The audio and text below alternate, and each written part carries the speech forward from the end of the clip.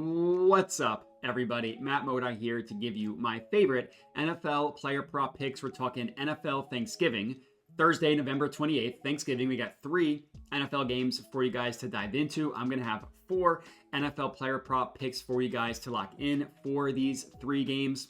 Before we can get into that, we do have to do a recap.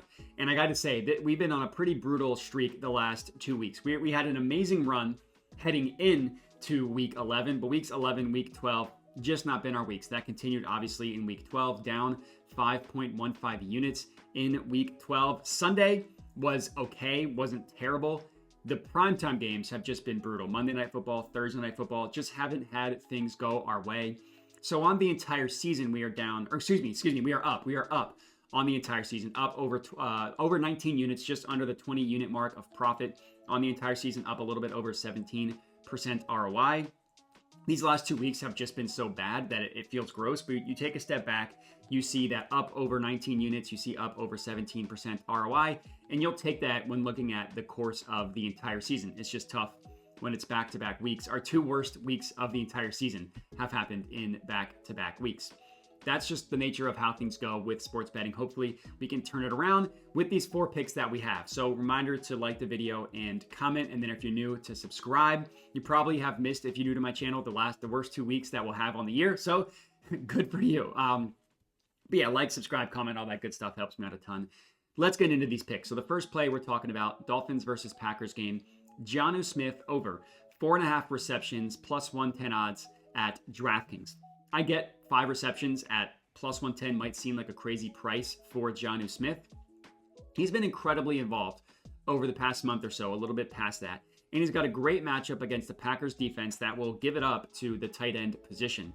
Looking at Jonnu Smith, he missed this number in 3 of the first 4 games of the year. He's now cashed it in 5 of the last 7. Obviously, that includes games in which Tua played, in which Tua didn't play. But just looking at the entire season, again, missed it in 3 of the first 4, has now cashed it in 5 of the last 7. And he's also coming off of his best performance of the season. He had an absurd 9 receptions, and more importantly, he had 11 targets. You look at the last 2 weeks, he's had a combined 19 targets in the last 2 games alone. His involvement has really just gone up a notch recently. And honestly, it's been since week 7. If you look at when Tua returned to the lineup in week 7, Jonnu Smith leads the Dolphins in targets of all their tight ends and wide receivers. He has more targets than Tyreek Hill. He's got 30. Tyreek Hill has 28. He also obviously has more targets than Jalen Waddle, who only has 19 in that stretch. So it's like a massive gap with Jonnu at number 1. Tyreek Hill's close. And then way down low is Jalen Waddle. He also leads the Dolphins in target rate, targets per route run, and receptions, again, of all wide receivers and tight ends since week 7. He is second behind Tyreek Hill in terms of first read targets. So like, what's the first read of a passing progression? But he leads the Dolphins in designed targets, pass plays specifically designed for that player, leads the Dolphins second in first read targets. Everything looks good for Jonnu Smith. Looks like it's not a fluke or anything like that, not outlandish production that can't be sustained or anything like that.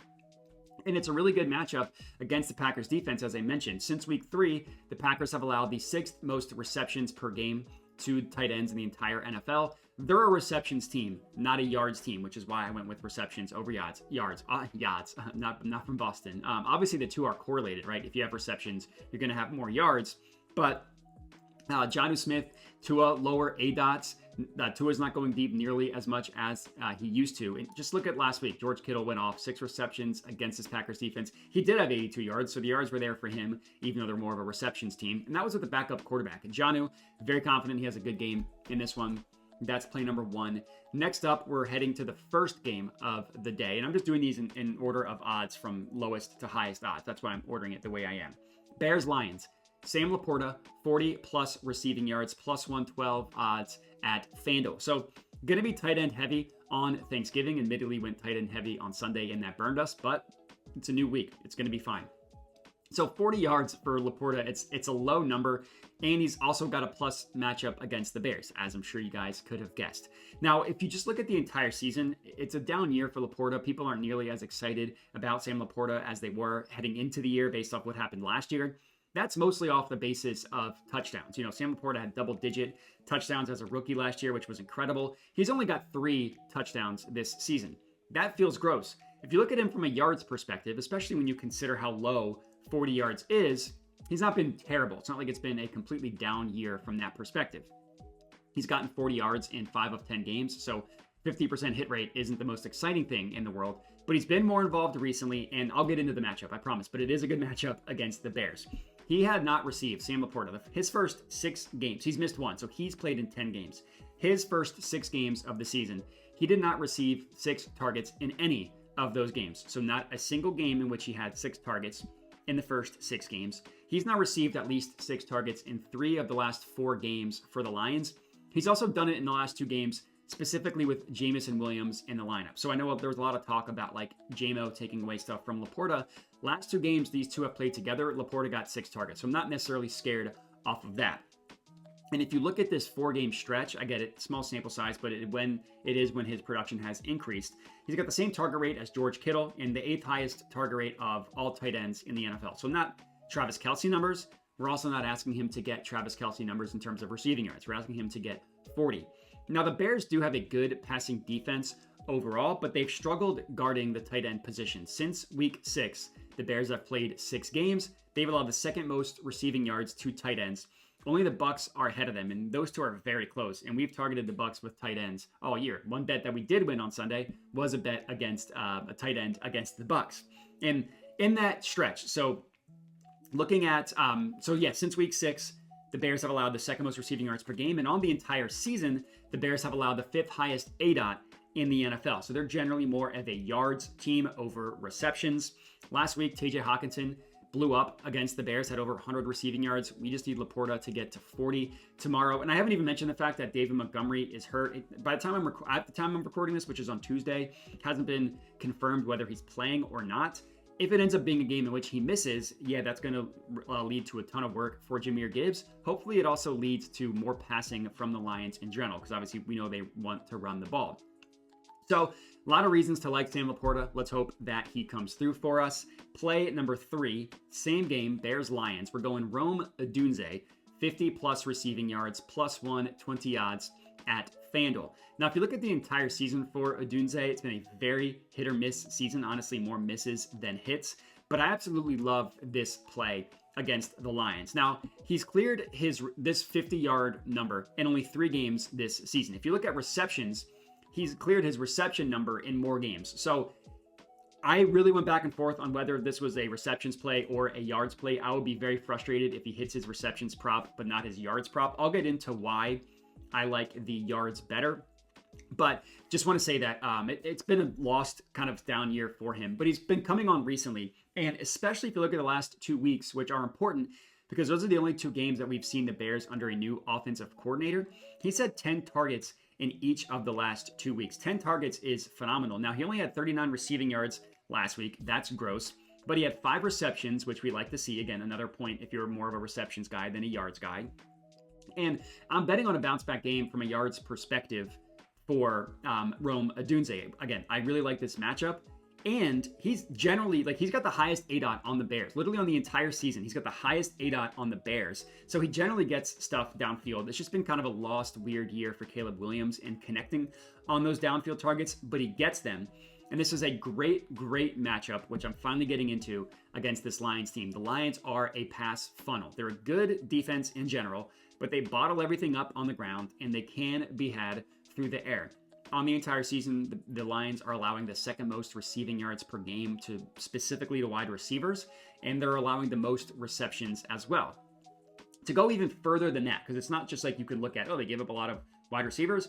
Why specifically did we choose Rome Odunze? Number 1, the low number of 50 yards with the increased volume the last 2 weeks. Number 2, the Lions play man coverage at the highest rate in the NFL, and that number has only gone up. And Rome Odunze, he's got the best yards per route run on the Bears, specifically against man coverage. So there are certain wide receivers that are better against certain coverages. Rome Odunze, again, leads the Bears in yards per route run against man coverage. And as I mentioned, the Lions have run man at the highest rate on the year. And even more recently, if you look at the entire season, the Lions have run man coverage 43.8% of the time. If you look at since week 6, since week 5, it's the same number. They've run at the same rate, but that number has gone up to 51.1% of the time. So up over 50%. Not only are they the only team that's run man coverage above 50% of the time, the next closest team is at 40.9%. So it's a massive, massive gap between them and the next closest team in terms of man coverage. And as I mentioned, Rome Odunze, he has the best yards per route run on the Bears, specifically against man coverage. Another reason why I chose yards instead of receptions.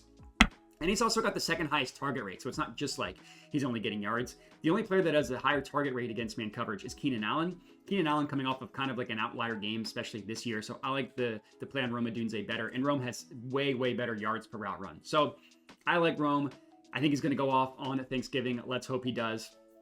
Lastly, fourth and final pick of the video. We're heading back to the Dolphins versus Packers game. I skipped that Cowboys-Giants one completely. We're looking at Tommy Cutlets, and we're looking at him versus Cooper Rush, and Tommy Cutlets might not even play. That's just a stay away at this moment in time. If I end up sending anything out for the game, I'll let you guys know via my Twitter and my Dub Club. But as of right now, I'm just holding off on that game. The last play, Tucker Kraft over 3.5 receptions, plus 140 odds at bet 365. Another tight end. I told you we were going tight end heavy in this video. Great matchup against the Dolphins, right? This is kind of a tight end matchup. Both the Dolphins and the Packers are weak guarding the tight end position. This is definitely the type of matchup to target tight end props, which is why I went Jonnu Smith. I'm also going Tucker Kraft. Now, Kraft, he's not always involved in this Packers offense, so like his overall season target numbers, all that stuff isn't going to wow you. He's always on the field. He's got a really high route percentage, really high snap percentage, and all that stuff. His targets are a little bit down, but the guess here is that he's going to be more involved because the matchup is very good for him. And also we have no Romeo Doubs. Romeo Doubs got a concussion. There's no way he's going to play on a short week with the concussion. And if you look at the matchup since week 2, Dolphins have allowed the most receptions per game to the tight end position. They're allowing 6.5 per game. And that 6.5 per game, the next closest team is at 6. And if you just look at total receptions, don't look at per game, they've allowed the most receptions in the NFL since week 2 to tight ends. They've also had their bye, and there are teams below them that haven't. So teams have given up fewer receptions to the tight ends, despite having played an extra game to the Dolphins. So very, very good matchup for receptions. Again, the reason why I went receptions instead of yards, the Dolphins are generally a receptions team. They allow the most receptions, as I've mentioned a million times now, to tight ends, but only the 10th most yards. So it's like a pretty big gap, like receptions to yards, obviously yards per catch. It's pretty low for the Dolphins. They also, in general, allow the 6th lowest ADOT in the NFL, so they're generally, again, more of a reception team. And similar to the Rome play, Tucker Kraft has only hit this in 3 games this season, but in an increased, or in a juicy matchup, we're also expecting increased usage with no Romeo Doubs. And looking at the matchup of the 7 tight ends that have played, the last 7 tight ends that have played the Dolphins, 6 of them have hit their reception prop over. That includes last week against the Patriots. Both of the Patriots tight ends hit their reception prop over against the Dolphins. Hunter Henry and Austin Hooper combined for 9 receptions, 5 for Hunter Henry, 4 for Austin Hooper. Both cashed their over-under. The week prior to that, Brock Bowers had 13. Now, obviously, Tucker Kraft is not Brock Bowers, of course. Really needed him to get the 4 catches as opposed to 13. And 4 catches, Tucker Kraft cashed that in the only game that Romeo Doubs has missed this season. So hopefully that happens again, cashing out our 4th and final pick of the video.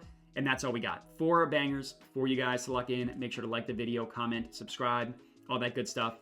And then the last thing I'll mention, I do have a Dub Club, which I already did mention. But if you're unfamiliar, Dub Club is just a service you can sign up for people like me to send out my plays to people like you. If you're interested, $5 a month gets you everything I'm playing sent to your phone via text, email, or Telegram. And also for all sports. So NFL and NBA, when baseball season starts, we'll get that. Sent to your phone, text, email, or Telegram. The logic being somewhat like by the time you're watching this video, the odds might be different. So the Dub Club is kind of my way to combat that, because as soon as I decide what a play is, I send it out. I send my bet slip to kind of show you that this is actually the odds that I got it at. And some people just aren't interested in watching the YouTube videos, but they still want a tail. So if you're interested in any of that, sounds fun to you, check out the Dub Club. Link is in the description as well as the pinned comment. If it doesn't sound interesting to you, no problem. You can still get everything for free on YouTube and on Twitter. And that's all we got. I appreciate everybody for watching, and have a good one.